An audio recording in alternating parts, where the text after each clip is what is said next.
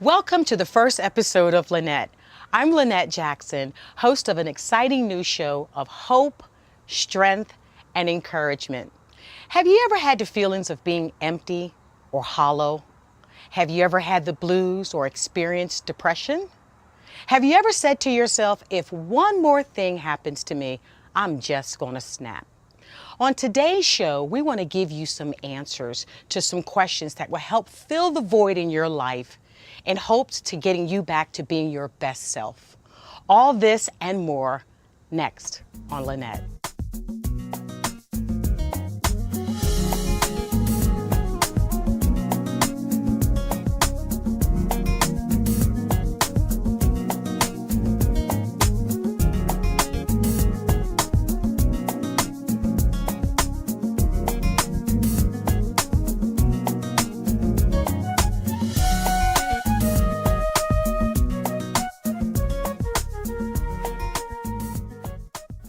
Last year, I wrote a book called Hollow, When Everything That Means Anything is Taken Away. Hollow chronicles a very dark time in my life in which my mother asked me to help her prepare to die. During that time, we planned her funeral, we picked her coffin, we did the program, we did everything. I was a mess. I was just spiraling out of control. Why? Because my best friend was in the next room dying. I can recall taking naps during the middle of the day and realizing that when I would go back into the room to see my mother, I would see a little less life. During this time, I used alcohol and even prescription painkillers to cope with losing my best friend. After my mother passed in 2005, I took a job with a company that I really wanted to work for. I lost that job in 4 months. During that time, my nephew died of cancer at the age of 36, and 2 months after that, I removed a sister from life support, all within 18 months. Boy, was I hollow inside. I experienced depression and even thoughts of suicide. I asked God if He would help me tell my story, if He would just help me change the life of one person with my story, then everything that I went through would not be in vain. It would all be worth it. He helped me tell my story, and now I want you to tell your story. In a minute, we're going to take you to the streets. Now that's the social media streets and sometimes even the literal streets. Today we're going to go to the social media streets in which we posed a question, the blues versus depression. And if you've experienced either one, what you did to get through it. Let's take it to the streets. Annette says the difference is time. The blues is acute, but depression is somewhat chronic. Very interesting point. Let's see what Kendall has to say. She has something very interesting to say. Kendall says, I've had bouts with both, and my blues usually subsides after some prayer, praise, and meditation, especially if I'm praising with some good gospel music. Kendall, I'm so glad you said that because that's how I got through depression, with some good gospel music. We're gonna read one more. One from Alberta.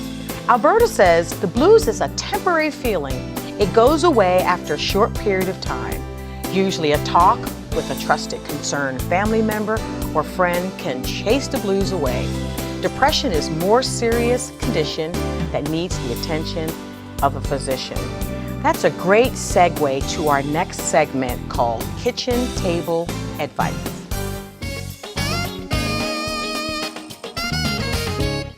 Joining us today at the kitchen table is Antoine Mills. Now I'm going to read this to make sure that I get this correctly and put my glasses on. Antoine Mills is the owner of Full Circle Fitness, harmonizing body, mind, spirit, and emotions. And I love the tagline that you have here. It's because you are worth it. He's a life coach, he's a certified personal trainer, and he's also my friend. Welcome, Antoine. Thank you for having me. We posed a question out on Facebook. Okay. What's the difference between the blues and depression? From my take, the blues and depression are not necessarily two separate things. They are varying degrees or aspects of the same thing.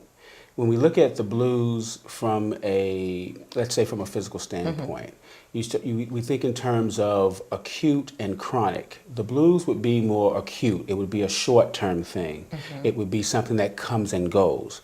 That ebbs and flows very quickly. When we look at depression, it's more long-standing, it's more long-term. It can go on over a greater span of time.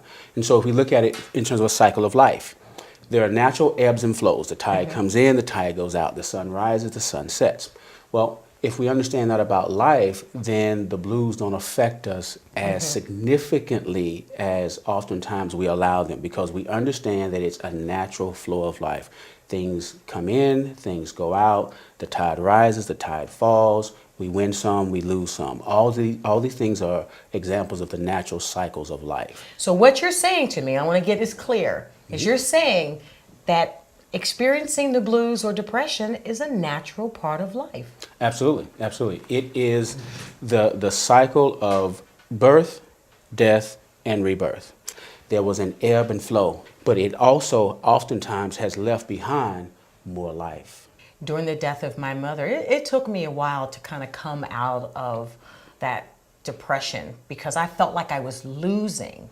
But what I did was I focused on her death or the end of her life. And I think that if my mom, my sister, my nephew could see now that I was in that moment of depression and I couldn't get out, that wouldn't have been the best that they would have hoped for me.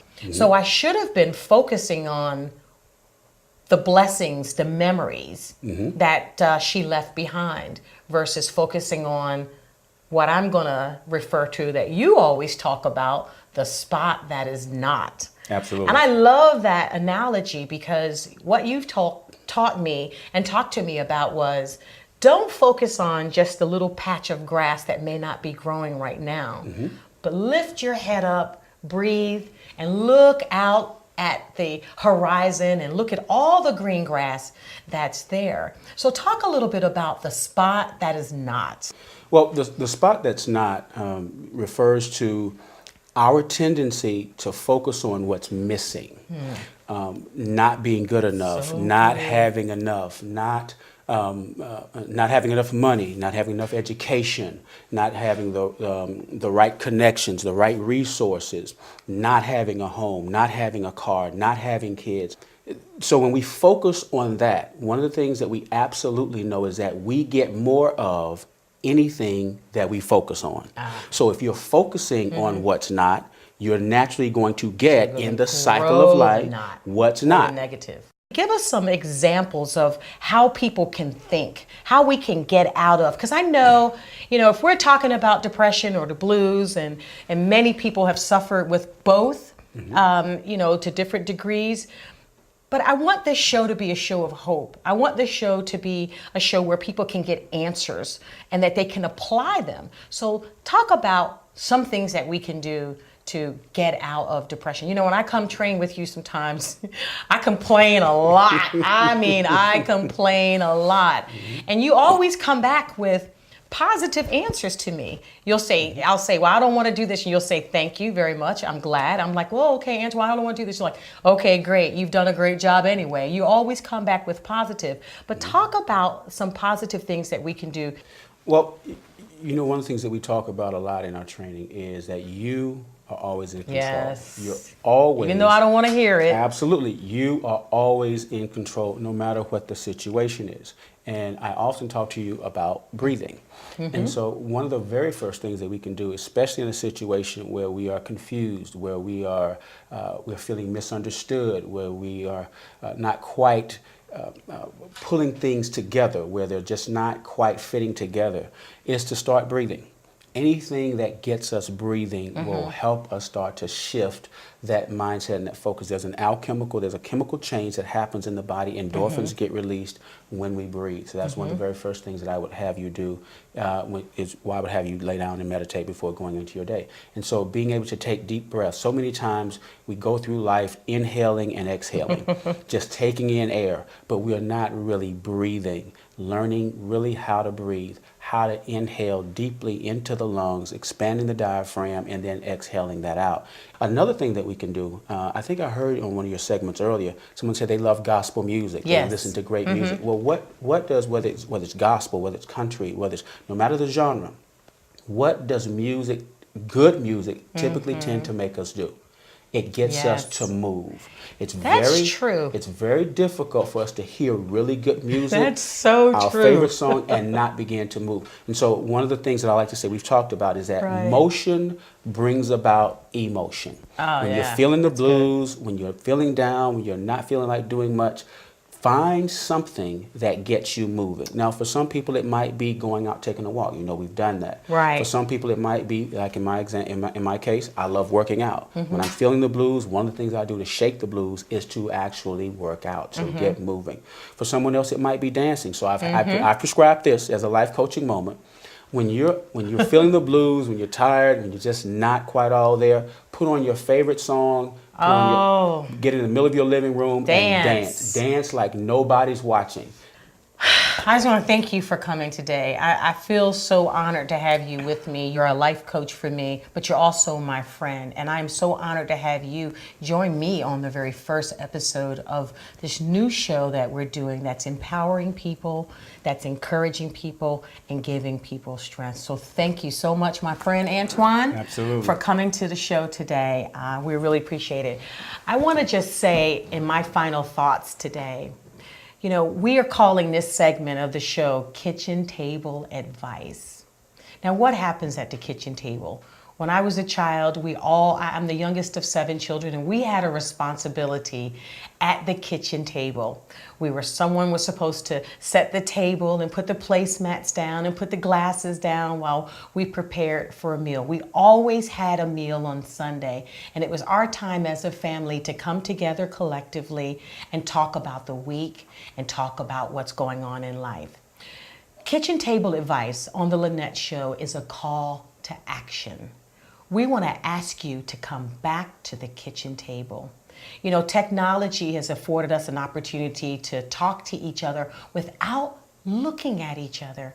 You miss so many emotions when you don't look into my eyes, and I can't really tell what you're thinking by looking in your face. It's important now that we lay down the phones, lay down the emails, and let's get back to the kitchen table. When you go to your kitchen table, we want to be able to provide advice for you and topics for you to discuss. We're just asking you to log on to our website, talk to us, hit me on Twitter, you know, post something on Facebook and tell me, Lynette, I have gone back to the kitchen table. We're taking some of the advice that you've provided from your kitchen table, and we're talking about it. Well, thank you so much for joining us on the very first episode of Lynette. I hope that you'll come back and visit with us real soon. And until we meet again, remember to just breathe. We'll see you next time. Next time on Lynette. I just want to go back to control. What does that really mean? Because I had difficulty. You know, personally, I had difficulty because we have been told, I'm a single parent, I'm a single mother, I'm a single woman, and I've had people always, you know, saying, well, you know, you shouldn't be so in control. I am in control of my destiny and my purpose in life, but, you know, what does that really mean, being in control? Talk to us about being in control. What does it really mean? Okay, well, you as well, you know, my basic philosophy is there are 4 different degrees of us is in terms of human beings: mental, physical, spiritual, and emotional. And that at any given point in time, movement on one of those creates movement on the others. So when I say that we are always in control, you are in control of your physical body. We have the ability to change the course of any non-preferenced action or thought that we have.